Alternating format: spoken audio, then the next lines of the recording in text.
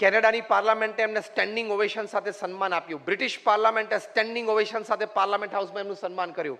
Kenya પાર્લામેન્ટે કર્યું. અમેરિકામાં કદાચ 20 કરતાં પણ વધારે કી ટુ ધ સિટીઝ એમને મળી. ગિનિસ બુક ઓફ વર્લ્ડ રેકોર્ડ્સે 6 વખત પ્રમુખ સ્વામી મહારાજના નામનો ઉલ્લેખ કર્યો. જ્યારે એમણે 400 દેવાલયો બાંધ્યા હતા ત્યારે ગિનિસ બુક ઓફ વર્લ્ડ રેકોર્ડ્સે લખ્યું હતું કે he is the master builder of the 21st century. તો 1100 માટે શું લખવું પડે એ લોકોએ? 1200 માટે શબ્દ જ નથી ડિક્શનરીમાં.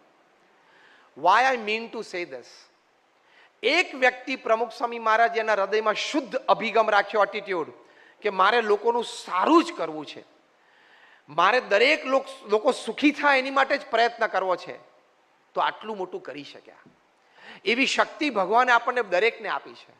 You have to bring it out. ભુજમાં 2001ની સાલમાં ભૂકંપ આવ્યો, 26 જાન્યુઆરી.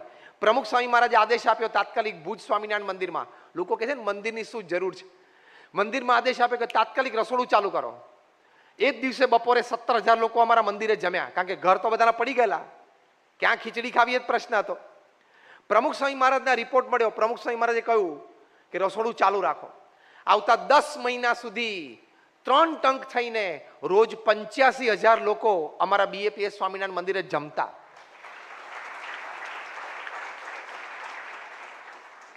અને ચોથે જ દિવસે 30મી જાન્યુઆરી 2001ના દિવસે પ્રમુખ સ્વામી મહારાજે 800 ટનનું જહાજ મુંબઈથી મુન્દ્રા પોર્ટ ઉપર મૂકી દીધું.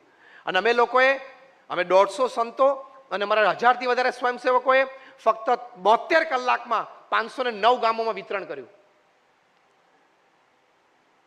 જો અભિગમ આવો હોય તો કેવા વિચારો આવે છે. હવે સાંભળો, અમે ત્યાં કેમ્પ ઉપર હતા, રિલીફ કેમ્પ ઉપર 2001માં. અંજાર, બચાવ, આ બધું ધ્વસ્ત થઈ ગયેલું.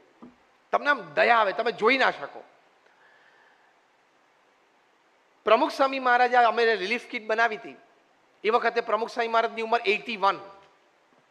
રોજિંદે એમના 10 કલાકના પરિશ્રમ પછી રાત્રે 10 વાગે એ ફોન કરે ભુજ અને રિપોર્ટ માંગે કે આજે શું કર્યું.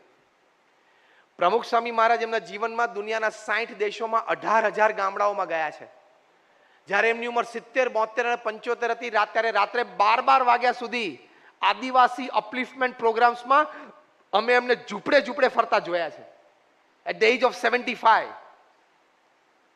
તમે મેમ્બરશિપ ડ્રાઈવ માટે ફરો, તમે સ્પોન્સરશિપ માટે ફરો, એ જુદું છે. અને રાત્રે 12 વાગે આદિવાસી બેલ્ટમાં ઝૂંપડે એને વ્યસન મુક્ત કરવા માટે, કલ્ચર્ડ કરવા માટે ફરવું એ જુદી વાત છે. Tremendous effort. લોકો એમને પત્ર લખતા પોતાના વ્યક્તિગત પારિવારિક પ્રશ્નો માટે. એવા 7.5 લાખ પત્રો પ્રમુખ સ્વામી મહારાજ એમના જીવનકાળ દરમિયાન વાંચ્યા અને એનો ઉત્તર આપ્યો. At an unbelievable average of reading and answering more than 70 letters a day without a Sunday for 45 years. શું હું ને તમે તો પુરુષાર્થ કરીએ છીએ, શું આપણે મહેનત કરી લઈએ છીએ. એક કારખાનું, એક શોરૂમ કે એક ના મારે તો બહુ કામ છે. એટલે આ મહાપુરુષો સામે જો શું કામ કર્યું છે. રોજ 3 ટાઈમ 150 એમ 500 વ્યક્તિઓને પ્રમુખ સ્વામી વ્યક્તિગત મુલાકાત આપતા, એના પ્રશ્નો સાંભળતા, એનું સમાધાન આપતા. આજે તમને સમાજમાં કોઈ વ્યક્તિ એવી નહીં મળે. 2 મિલિયન 20 લાખ લોકોને વ્યક્તિગત મળીને એમને સમાધાન એમના જીવનના પ્રશ્નનું કરી આપ્યું. કોઈ વ્યક્તિ એવી નહીં મળે કે મેં પ્રમુખ સ્વામી મહારાજ પાસે મારા પ્રશ્નનું નિરાકરણ માંગ્યું, એમને મને ઉત્તર આપ્યો, હું એ પ્રમાણે કરું છું ને હું દુઃખી છું. નો. આટલો વિશાળ સમાજનો અનુભવ.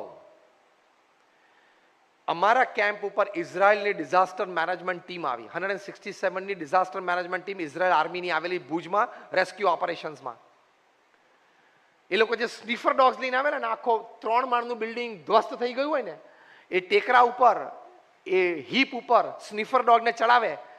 અંદર નીચે 15 ફૂટ 20 ફૂટ નીચે પણ કોઈ જો વ્યક્તિ જીવતી દટાયેલી હોય ને, એની ઉપર ઉભો રહીને સ્નીફર ડોગ ભસવાનું ચાલુ કરે કે કોક નીચે શ્વાસ લઈ રહ્યું છે, there is somebody alive. તાત્કાલિક એનું ઓપરેશન ચાલુ થઈને વ્યક્તિને બહાર લાવે. પહેલી વખત અમે જિંદગીમાં મોબાઈલ ICU જોયું. 2001માં એ લોકો ઇઝરાયલથી મોબાઈલ ICU લઈને આવેલા અને ત્યાં ભુજમાં શાસ્ત્રી મેદાનમાં એ લોકો ઊભું કરેલું. એ મિસ્ટર શોલમ અમારા કેમ્પ પર આવ્યા. અમને કહ્યું કે વોટ આર યુ ડુઈંગ. એટલે મેં એમને કહ્યું કે we are like we have done this type of relief activities and we are giving them fresh food and hot meals. Fresh food, hot meals in relief activity. દાળ ભાત શાક રોટલી જોઈને તો ખુશ થઈ ગયા. તો કે how many people take their lunch? મેં કહ્યું just in 5 minutes we'll start the queue. If you have time you can be here and see it. અને જોયું તો કે હજારો માણસો રોજ. મેં કહ્યું 3 ટાઈમ થઈને 85,000 લોકો જમે છે. Oh my God. પછી કે એનીથિંગ અધર? મેં કહ્યું હા, અમે આ રિલીફ કિટ બનાવી છે. એમાં 2 બ્લેન્કેટ છે. ફેમિલીના 4 વ્યક્તિ, હસબન્ડ વાઈફ, એક સન એક ડોટર, એવા 4 જણાને એક જોડી કપડાં છે. પછી એ ફેમિલીને 1 અઠવાડિયું ચાલે એટલું રાશન છે. તો કે can I have a look? એમને બધી આઈટમ બહાર કાઢી. એમાંથી હેર ઓઇલની સીસી નીકળી, કોમ્બ નીકળ્યો અને નેલ કટર નીકળ્યું. તો કે what is this? This a relief kit? મેં કહ્યું yes. How did this go inside? Relief કિટમાં છે ને 4 થેપલા મરચાનું એક પેકેટ હોય અને એક જોડી કપડાં હોય, એટલું જ હોય રિલીફ કિટમાં. How did this go in? મેં એમને કહ્યું કે 81 વર્ષે અમારા ગુરુ પ્રમુખ સ્વામી મહારાજ રોજ રાત્રે 10 વાગે રિપોર્ટ માગે છે અને રિલીફ કિટ બનાવી. ત્યારે એમને કહ્યું કે લોકોએ 4-5 દિવસ થઈ ગયા અને આમ નાયા નથી કારણ કે ક્યાંય પાણી અવેલેબલ નહોતું. માથામાં ખાલી તેલ નાખશે ને અને થોડું આમ કાંસકાથી ઓળશે ને તો એને આમ જરા ફ્રેશનેસ લાગશે. એટલે આપણે મૂકો. અમે કહ્યું કે સ્વામી રિલીફ કિટમાં તો હેર ઓઇલ અને કોમ ના હોય. તો પ્રમુખ સ્વામી મહારાજ કે ના મૂકો. ઓકે. પછી પ્રમુખ સ્વામી મહારાજ કે 4-5 દિવસ થયા લોકોના નખ વધી ગયા છે, આપણે એક નેલ કટર મૂકો. સંતોએ કહ્યું સ્વામી નેલ કટર રિલીફ કિટમાં હોય જ નહીં. સ્વામી કે ના મૂકો. લોકો નખ કાપે ને તો જરા જમી શકે, ફ્રેશ લાગે. અમે કહ્યું કે સ્વામી આ તો બધા અંજાર બચાવમાં ઘણા બધા ગામડાના લોકો હોય, ઘણા બધા નેલ કટર જોયું નહીં હોય, નેચરલ નેલ કટર વાપરતા હશે. પ્રમુખ સ્વામી મહારાજ કે ના મૂકો. એમની આજ્ઞા હતી, એમની ઈચ્છા હતી એટલે અમે મૂક્યું. પછી એમને લાગ્યું કે જો ફોન વધારે ચાલશે ને તો કિટ ડબલ થઈ જશે. જ્યારે આ વાત અમે મિસ્ટર શોલોમ ઇઝરાયલ ડિઝાસ્ટર મેનેજમેન્ટ ટીમને કરી, એમના આંખોના અને ચહેરાના હાવભાવ ફરી ગયા. I can steel remember that moment, right? It happen right now. એવી રીતે મને હજી એ દ્રશ્ય યાદ છે. મિસ્ટર શોલોમે કહ્યું કે can I see his picture? એટલે મેં પ્રમુખ સ્વામી મહારાજનો ફોટોગ્રાફ દેખાડ્યો એમને. એ જોઈને પ્રભાવિત થયા કે his eyes are very spiritual. અને પછી એક અદ્ભુત વાક્ય બોલ્યા, જો attitude is the master key. એક અદ્ભુત વાક્ય મિસ્ટર શોલોમ બોલ્યા કે we work from the head, he works from the heart, so he got this idea.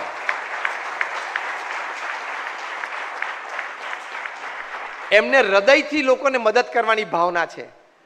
લોકોનું દુઃખ જે અત્યારે છે ને એ પોતે મહેસૂસ કરી શકે છે, ફીલ કરી શકે છે. એટલે આ બધું આપવાની એમના હૃદયમાં ભાવના થાય છે. અમે લોકોએ તો સ્ટાન્ડર્ડ વિચાર્યું કે રિલીફ કિટમાં આટલું જ હોય. હવે જો એટીટ્યુડ સારો હોય, લોકોને સમજી શકતા હોય તમે, તો કેટલું મોટું કાર્ય થાય. પછી રિહેબિલિટેશન શરૂ થયું. અમે 9 ગામ દત્તક લીધા, 1500 ઘર બાંધી આપ્યા અને એનું લોકાર્પણ સમારોહ હતો. જ્યારે અમે 9 ગામ દત્તક લીધા અને 1500 ઘર બાંધી આપવાના હતા, ત્યારે અમારા સંસ્થાના એન્જિનિયર્સ, અમારા સંતો અને અમારા બીજા એન્જિનિયર્સ આર્કિટેક્ટ્સે સોસાયટી સિસ્ટમ બનાવી. પ્રમુખ સ્વામી મહારાજ પાસે મિટિંગમાં બેઠા, 3rd minute into the meeting પ્રમુખ સ્વામી મહારાજે કહ્યું કે આ સિસ્ટમ બરોબર નથી. કે સ્વામી અત્યારે આપણે અમે એ લોકોને મોડર્ન અર્બન લોકેલિટીઝ આપી છે, તો એ લોકો તો બધા ગામડાની સ્ટાઇલથી રહેતા હતા, પણ હવે આપણે સોસાયટીઝ આપીએ આમ લાંબી. પ્રમુખ સ્વામી મહારાજ 18,000 ગામડાઓમાં ફરેલા હતા. એમને ગ્રામીણ લોકોની મેન્ટાલિટી ખબર હતી. Your attitude is build up by your experience and by your meeting with people.